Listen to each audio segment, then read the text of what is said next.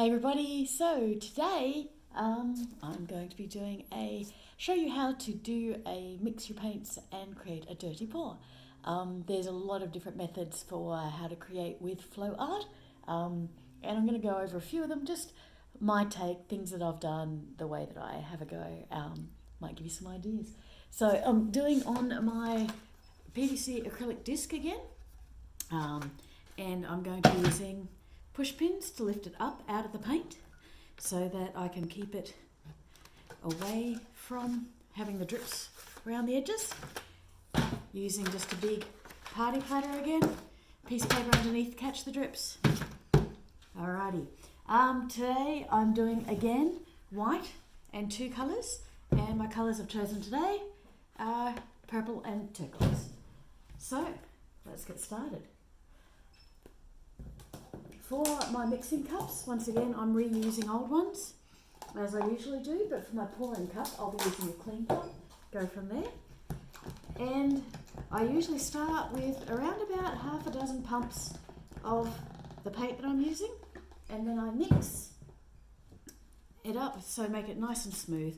So for today, using the acrylic flow medium, you can use whatever type of medium you wish. I've never used glue, personal preference.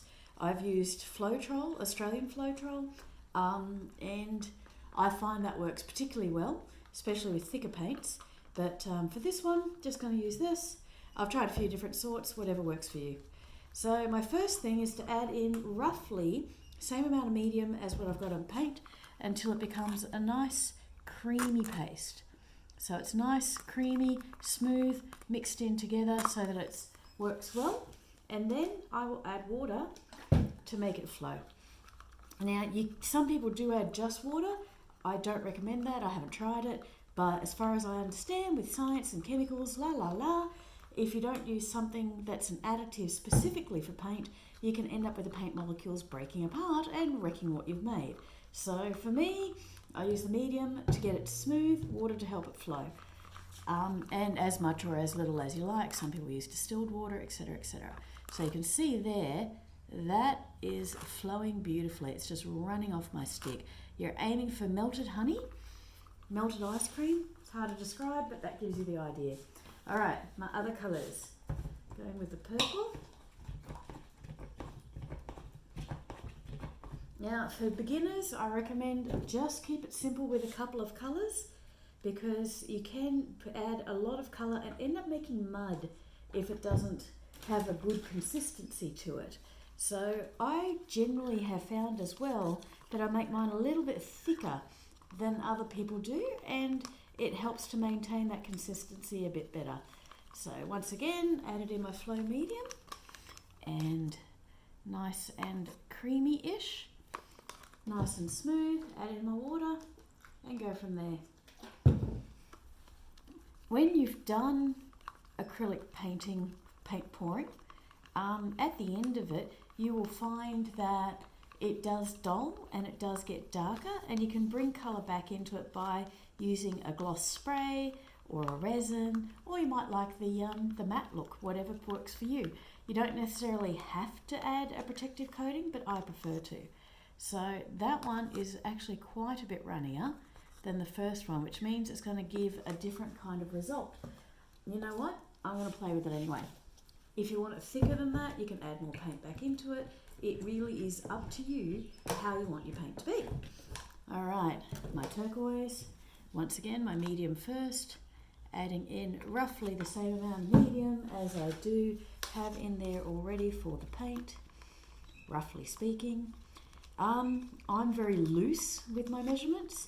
Some people are much more precise. You can get out scales, you can weigh them, you can check it against a chart, and each medium will interact differently with its paint and all that sort of thing. So when I'm working on bigger projects, I will use an impasto paint, and it is much thicker. Oh, yes, 1 second. So yes, got my cream look, nice and creamy, nice and smooth. Add in water, a little bit less water in this one because I did add a bit too much into the other one, but I'm still going to run with it as is and see how it goes.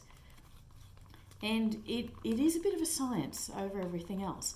After you've made your paints, some people recommend to let them sit for an hour or so to let air bubbles get out, which is a good idea, but up to you if you want to do that.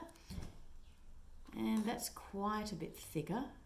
I'm not too happy with that. Add a little bit more water because I want it to move well on my piece. All right, that's better. Yeah, that'll do. All right, I'm gonna play with that. Okay, now I'm gonna create my pouring cup. So we're doing a dirty pour, which is named basically because the cup is dirty. It has all the colours in it. In fact, every cup has all the colours in it anyway, so it really doesn't matter too much how you do it. I like to just chuck the colours in. I don't think a lot about the order or the density. Some people do a lot more regards with that, depending on what kind of pour I'm doing. Yeah, you can see the purple is very, very liquid, but that's really pretty. Okay. So the amount of paint I need for this disc is around about 3/4 of a cup. I know this because I've done it multiple times. I have a good feel for how it's going to come together, and that is a point of practice as well. So I've made enough paint, I'm sure, for roughly 3/4 of a cupful, and that should cover this. Where I can, I try to not do too much waste. If I do have too much paint left over, I will store it. I will pop it away in a container so I can use it for next time. And sometimes doing that makes you end up with quite a variety of colours that you would never normally use. I've ended up having enough paints to do a 21 colour paint pour, which was interesting. So it really is up to you what you do with the leftover paint. You might want to put it into something else. You might want to use it immediately. You might want to do it on paper, etc., etc. So there's my cup, and there's a little bit of a view inside. It's not doing too much inside, not too much reactions. Dripped a bit there, doesn't matter. Okay, so I'm about to cover the whole thing anyway. So, all right, so with doing a dirty pour, you can change how you do it across the pattern, sometimes just backwards and forwards, and when doing that, it ends up looking a little bit like a planet. You can go around in circles, you can do abstract, whatever you want to do. So your cup and how you move your cup is the paintbrush, basically, for this one. So let's give it a shot. One thing I've started doing recently is pouring across and back for a bit and then going down the middle. You can see we've got a blend going on. And I find doing this ends up with some really interesting results. All right, there's my cup, pretty. Add a bit more to the outside, add a bit more there. All right. Now, because the purple was so liquid, it's ended up being pretty heavy here. I'm okay with that. It'll be interesting to see how that comes out. The first thing I'm doing is I am tilting to get the colours to connect to each other. You can see I've got gaps in the paint here. So I want the colours to all hit each other and fill in those gaps, and then I will start stretching it out after that. That is so much purple, I have no idea if I'm going to like that or not, but we'll see. Bring it back. All right. Oh, that's interesting. Okay, now I'm going to go to the edges. Take it off that edge. Oh, it's like a tree. Oh, that's cool. Bring it back to the middle again and take it off the other edge. Oh, we're getting stretches. Oh, now it's a bit like an agate. It changes how it looks as you go too. All right, my goal generally is to get the paint to come down the edge, and sometimes I pull it back before I get all the edge covered, so I'll just use my finger and try and pull it down so I can keep the pattern on the edge similar to how it is on the top. I'll turn it around, get this edge, there we are. You can paint the edge in a different colour, you can paint the edge in a neutral colour, you can not have any paint on the edge, you can tape the edge. It really is up to you how you want to do it. Okay, now I'm really liking this actually, and it does remind me of a tree, but I want that bit off the bottom here if I can, without destroying too much of that pattern. Oh, this is the hard part, not losing patterns. Okay, yep, I'm good, I think, and pull it back up. Because I want that to be like the ground, if I can. All right, I'm going to stop it, have a look. I don't mind this. This is interesting. I haven't had this kind of effect before because the amount of purple that I had there did certain things.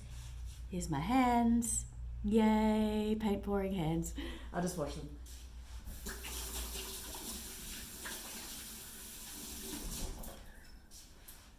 All right, this has me rather fascinated.